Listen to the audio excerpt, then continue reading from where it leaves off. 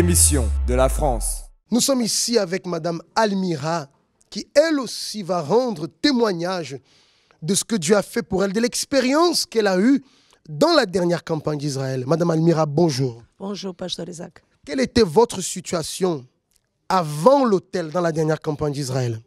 Pasteur, moi j'étais dans un appartement qui appartient au service social, c'est pour la préfecture. Et quand je suis arrivée ici, il va faire 20 ans bientôt, j'avais un rêve dans mon cœur qui era d'acheter d'appartement, c'est pour que j'habite et pour louer. Mais cet rêve était complètement disparu de mon cœur parce que le diable me parlait dans la tête, tu n'as pas la condition, ici c'est tout cher, tout ça. Moi, je n'ai pas continué à prier pour ça. J'ai un bon appartement loué et ma vie s'est finie là. Mais une opportunité s'est présentée no mois de juin de 2016, que vraiment c'était dans la campagne d'Israël, de juin 2016, que je vais réserver 2 appartements. Un de 3 pièces et un autre de 4 pièces. Entre-temps, c'est vrai que je n'ai pas participé dans la campagne d'Israël pour ça. Mais l'opportunité s'est présentée et moi, tout de suite, je l'ai réservé. Ça a venu la campagne d'Israël du mois de décembre et je ne voyais pas mon crédit qu'elle sortait. Il ne sortait pas parce que à cause de l'âge, à cause de santé, tout ça, il ne sortait pas. Vous avez 2 appartements réservés, Oui.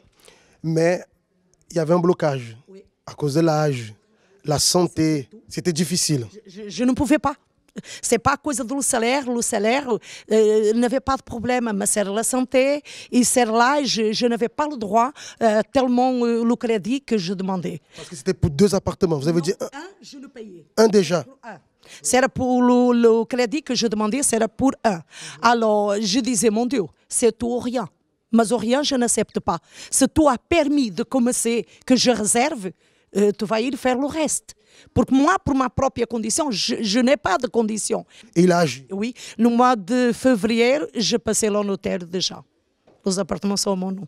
Les appartements sont à vous. Oui, sont à moi. Ce rêve qui était mort, vous avez dit depuis 20 ans, mais aujourd'hui, vous réalisez votre rêve. Oui, oui, même au-delà. Même au-delà. Même au-delà, parce que ce que je voulais, c'était vraiment 3 studios. Un pour moi et un autre pour lui, comme je suis tout seul. Mais Dieu n'a pas voulu, il ne nous donne pas la vision de petites choses. Il a donné plus grand. Il donne le plus grand de ce que je voulais même. Amen. L'autel n'a jamais failli, l'autel ne faillit pas et ne faillira jamais. À votre tour aussi de connaître la puissance qui vient de l'autel par le sacrifice. Que Dieu vous bénisse.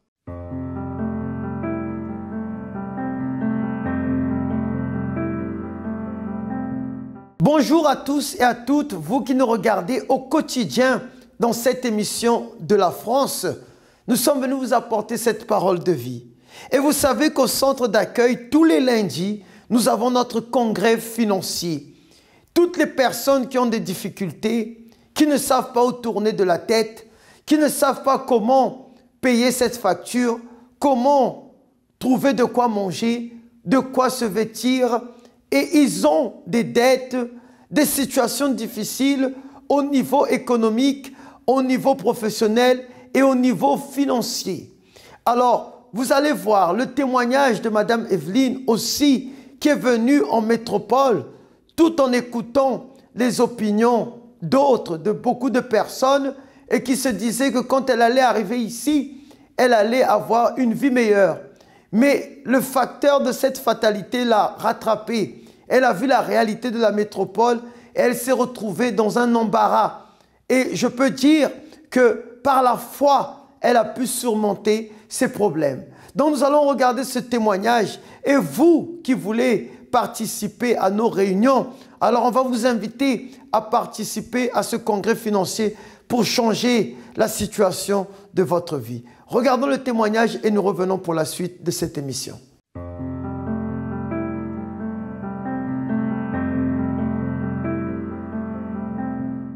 Madame Evelyne, comment était votre vie avant d'arriver au centre d'accueil? Approchez-vous un peu ici.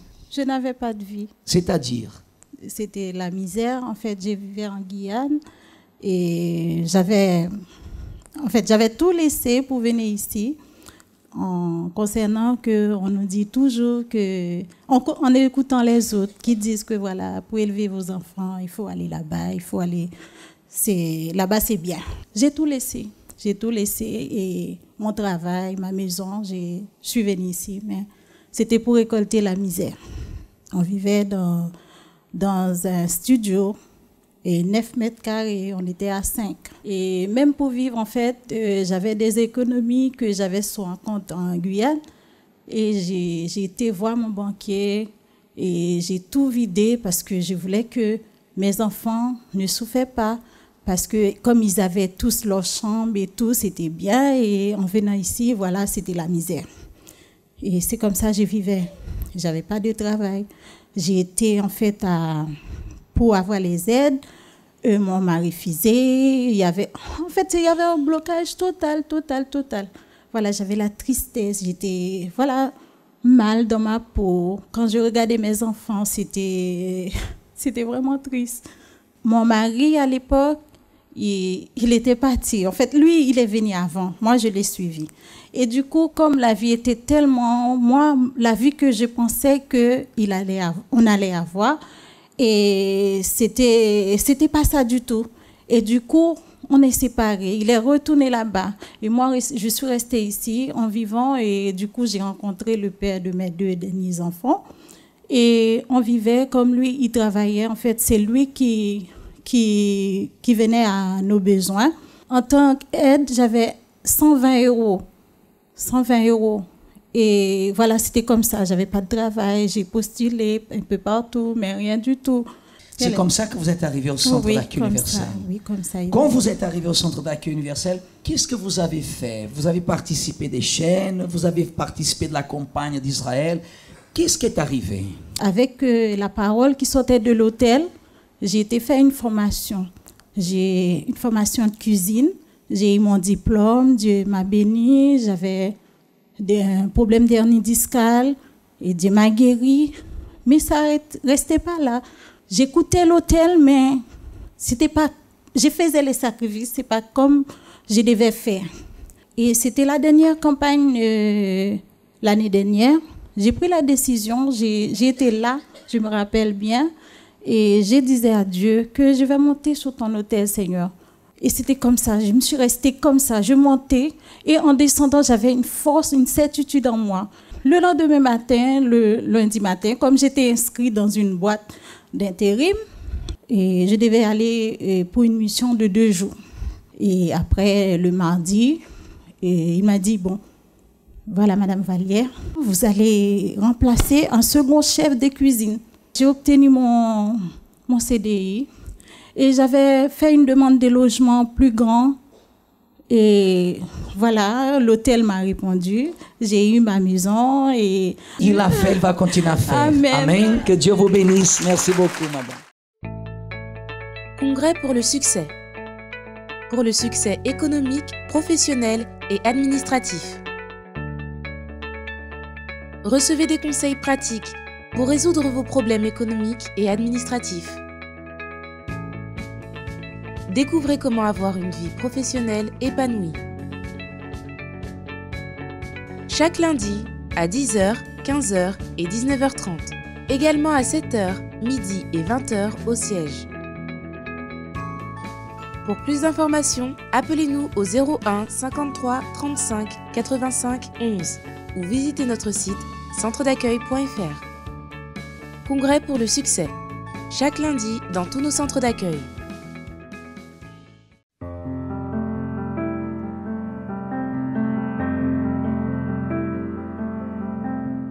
Alors de retour pour notre émission, si vous voulez savoir comment arriver au centre d'accueil, vous pouvez nous appeler sur le numéro de l'AMI 24 du centre d'accueil. C'est le 01 53 35 85 11. Je répète encore le 01 53 35 85 11. Et là, il y aura une personne au bout du fil qui pourra vous orienter.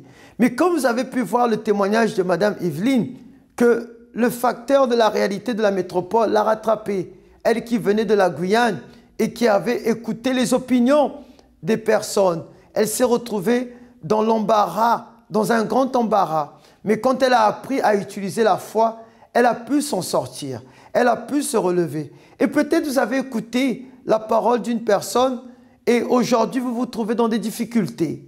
Peut-être vous vous trouvez dans des dettes à cause de quelque chose ou une parole que vous avez suivie et ça s'est avéré que ce n'était pas une bonne parole.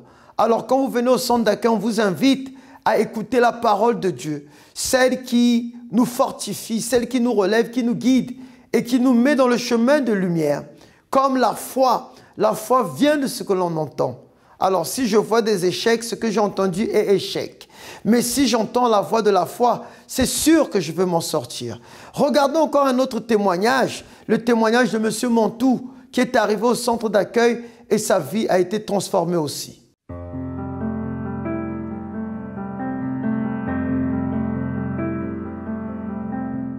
Ça fait combien de temps que vous êtes à l'église? Pour moi, 12 ans. Et madame? 9 ans. 9 ans.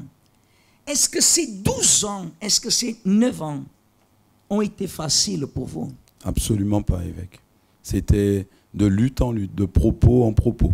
Même si Dieu vous a béni, est-ce que ça a été facile? Non, évêque. Dans la lutte, même dans notre mariage, c'était le plus dur. Même dans votre mariage? Oui, c'était le plus dur. Que vous êtes marié à l'église? Oui. Vous vous êtes connu? À l'église? À l'église. Oui. C'était le plus dur de nos conquêtes, notre mariage. C'était le plus dur? Oui. Ce n'était pas cette dernière maison que vous avez conquise? Non, ça c'est un clin d'œil à côté des problèmes qu'on a rencontrés dans notre mariage, au point où on a failli divorcer.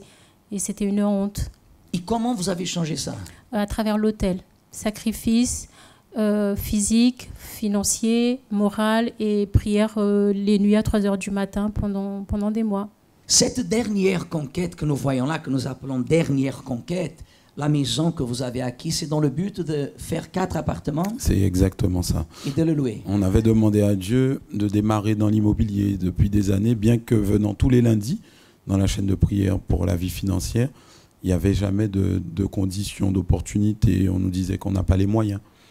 Parce qu'on voit que c'est des agents plus grands, des banques, Bouygues, tout ça, qui montent des projets. Et on s'est dit, comme on s'est rappelé du début, il faut commencer petit. Donc c'est ce qu'on pensait. Et au final, d'un coup, Dieu, il a donné 4.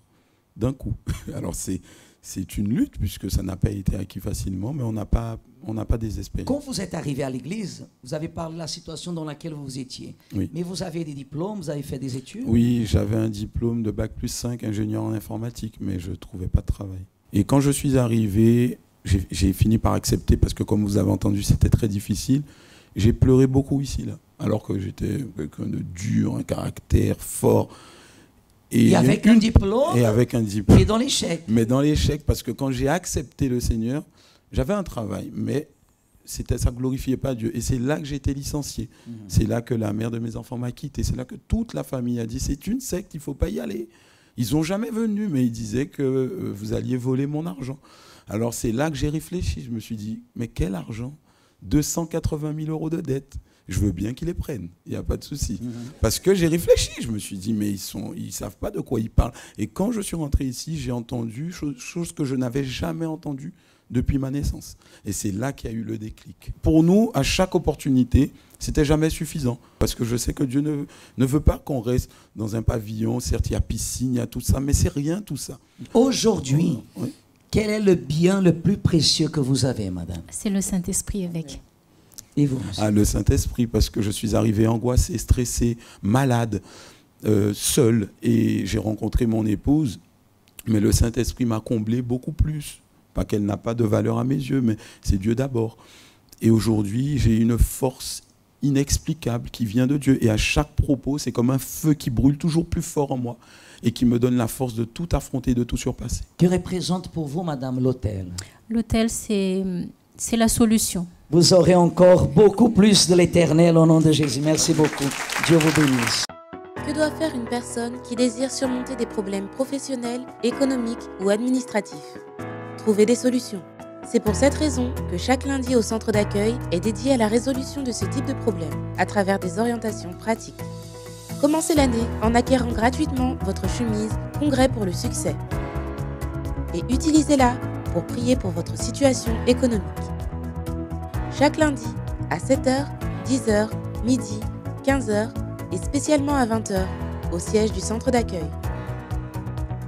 Pour chercher la direction de Dieu pour votre vie économique, rendez-vous au Congrès pour le succès.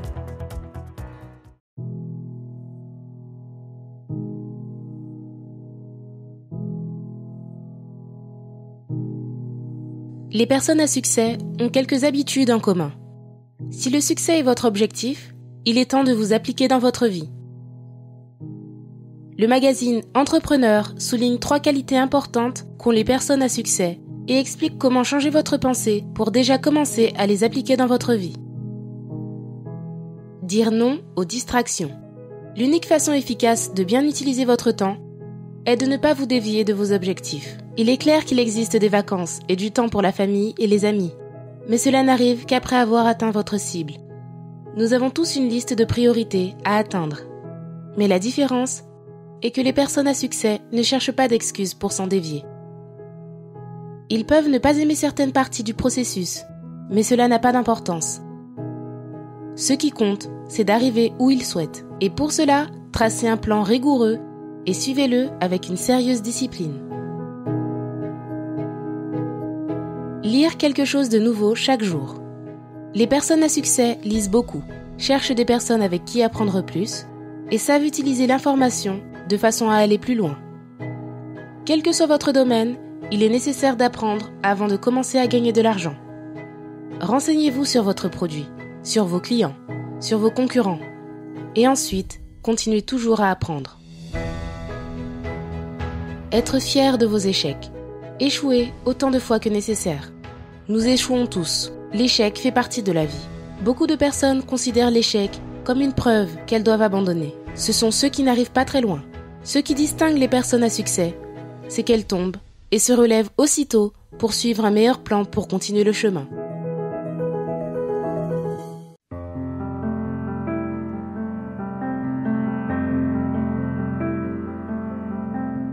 Alors, vous avez pu voir ces témoignages, mais ces personnes sont arrivées ici. Vous pouvez voir que la difficulté que M. Montou était en train de mener, diplômé mais endetté, marié ici même à l'église, mais avec des problèmes. C'est pour ça qu'on veut vous dire qu'il y a certains problèmes qui viennent dans notre vie, que ce soit dans la sphère économique, que ce soit dans la sphère de notre santé, famille. Comme on peut voir M. Montou, il y avait un problème. Vous croyez que si vous avez des problèmes dans votre ménage, vous croyez que vos finances vont tenir? Vous croyez que vos finances vont avancer? Je ne crois pas. Et c'est là que ça a engendré d'autres problèmes. Mais en affrontant cette difficulté, ils ont pu s'en sortir. Ils ont pu surmonter cette montagne et aujourd'hui, ils sont libres. Nous allons encore regarder un autre témoignage, le témoignage de Madame Marie-Claude. Vous allez voir, à cause de sa santé, comme je disais, il y a certains problèmes qui touchent nos finances, notre vie professionnelle, qui touchent notre vie économique. Elle ne sait pas avoir avec quoi que ce soit des dettes. Mais à cause de sa santé, elle ne pouvait pas travailler. Elle ne pouvait rien faire. Alors regardons comment elle a utilisé sa foi pour s'en sortir. Et nous allons revenir pour la suite et pour vous dire que vous êtes bénis.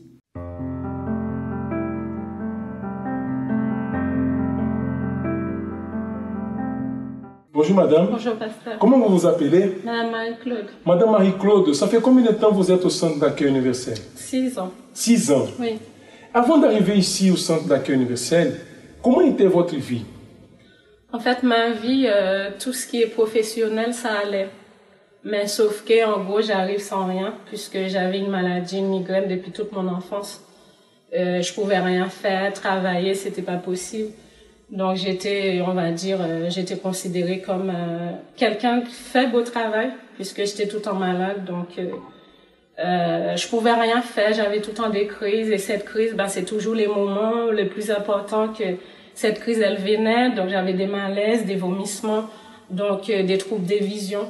Donc en gros, donc je suis arrivée, j'avais un travail, j'avais d'autres choses, mais par rapport à cette maladie, j'avais rien. Vous avez dit que vous avez une migraine qui ça a duré depuis votre enfance? Et ça a duré 26 ans. 26 ans? Oui. Et c'est quoi? C'est héréditaire? Héréditaire, toute la famille. Toute la famille souffre avec cette migraine. Oui. Et en quoi avez-vous cherché la solution? Parce que je pense, n'est-ce pas, je crois qu'à cause de cette migraine, vous avez dû parcourir un peu partout, spécialiste. Médecin, spécialiste, des examens. Même moi, il y avait un moment, je pensais que j'avais genre une tumeur, puisque c'était pas possible. La douleur, c'était tellement fort, ça me prenait d'un côté. Et donc, pour moi, j'avais quelque chose. Sauf que les résultats, il n'y avait rien. Donc, c'est dans cet état que vous êtes arrivé ici au centre d'accueil universel. Après beaucoup chercher, tant de souffrances, vous avez dit aussi que vous vous êtes évanoui, vous vous évanouissez des dans le malaises, travail. même pour la conduite. En fait, c'est une crise. Dès que ça va arriver, moi je le sais, puisqu'après, si là vous êtes debout, je vous vois pas. Donc, je voyais vraiment noir et moi je dis, ça y est, ça arrive. Donc, c'était des bouffées de chaleur et c'était... Il n'y a même pas de mots, quoi. Il faut le vivre pour comprendre c'est quoi. Donc, dans cette situation, vous êtes arrivé ici. Voilà. Et qu'est-ce que vous avez fait pour que cette migraine des 26 ans disparaisse? J'ai dû révolter, puisqu'à un moment, depuis, j'étais à l'église, sauf que j'écoutais l'obéissance. Je faisais en fait comme moi je voulais. Et quand vraiment j'ai compris, j'ai vu les témoignages, j'ai dit, ces gens-là, ils mentent pas, donc pourquoi pas moi de faire les choses comme la parole. Et quand j'ai commencé à agir ma foi, et là, depuis, j'ai été délivrée, sacrifice, les chaînes de prière, l'onction d'huile, et j'ai vraiment tout déposé, fait du changement. Dieu vous a répondu, n'est-ce pas? Oui. Guéri. Voilà. Ça veut dire des 26 ans de maladie, de migraine, a disparu. Vous êtes retourné à l'hôpital, ils ont constaté qu'il n'y a plus rien. Voilà. Même mon médecin, il en souffre, il dit il n'y a pas de traitement, c'est le repos, et que moi, sauf que je sais que Dieu m'a guéri. À qui vous attribuez cela? À Dieu, à ma foi, et je continue. Je sais que j'ai d'autres luttes, puisqu'on a toujours des luttes, j'en ai d'autres encore dans ma vie. Mais si Dieu m'a sorti de cette migraine, de cet handicap, de cette maladie, que maintenant j'arrive à vivre, j'arrive à travailler, j'arrive à m'occuper de mes enfants, et qu'avant, quand j'ai la crise, je pouvais pas, et que là, c'est la joie, et que je sais qu'avec les autres luttes, je vais lutter, je vais encore sacrifier plus. Et je vais avancer. Vous êtes aussi dans le sacrifice de la Oui, bien sûr, oui. Amen. Vous voyez que Madame Marie-Claude, elle avait une migraine de 26 ans. Pendant 26 ans, elle a souffert. Mais grâce à sa foi, aux chaînes de prière et au sacrifice fait sur l'autel, aujourd'hui, elle est complètement libre. Et vous aussi qui vivez cette situation, vous pouvez être libre. Si vous vivez une situation comme elle a vécu ou d'autres situations, sachez que sur l'autel de Dieu, il y a la réponse. Que Dieu vous bénisse.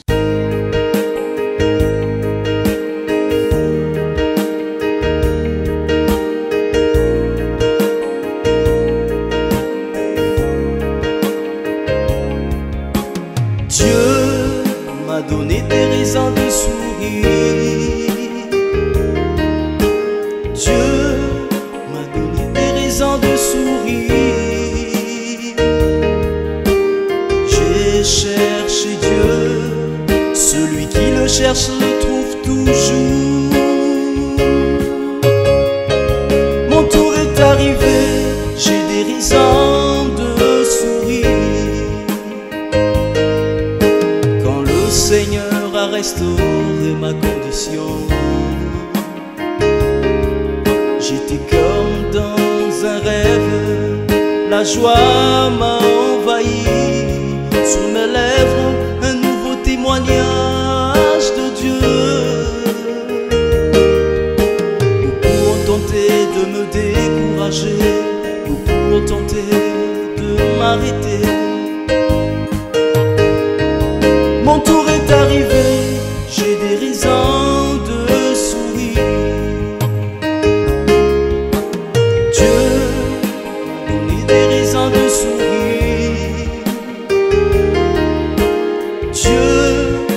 Donner des raisons de sourire. J'ai cherché Dieu, celui qui le cherche le trouve toujours. Mon tour est arrivé, j'ai des raisons de sourire. Dieu m'a donné des raisons de sourire.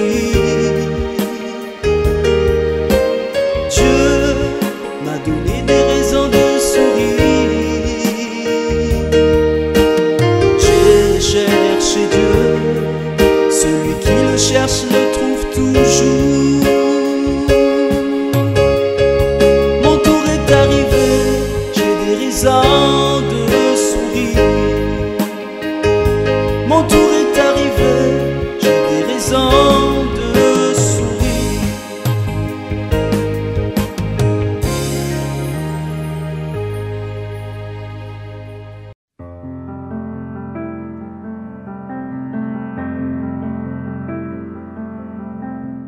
vous avez pu voir le témoignage de monsieur et madame Montou. Vous avez pu voir le témoignage de madame Evelyne. Et là, vous venez à peine de voir le témoignage de madame Marie-Claude.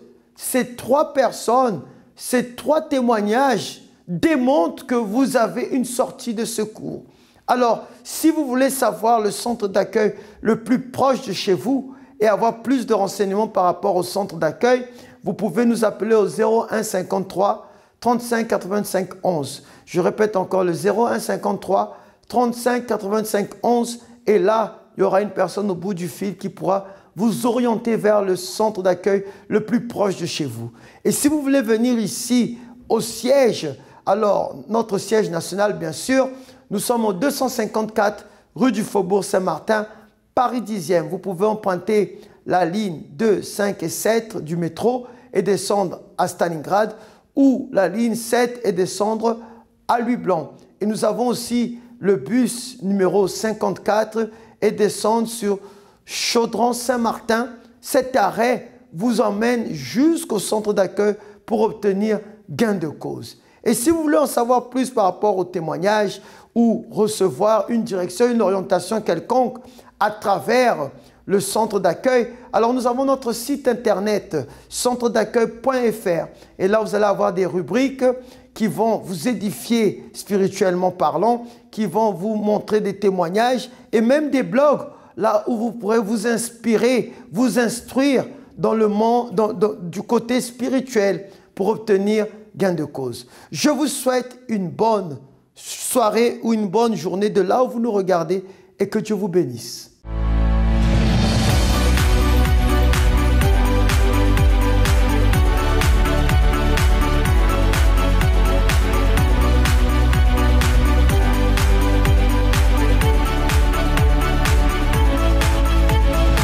Émission de la France.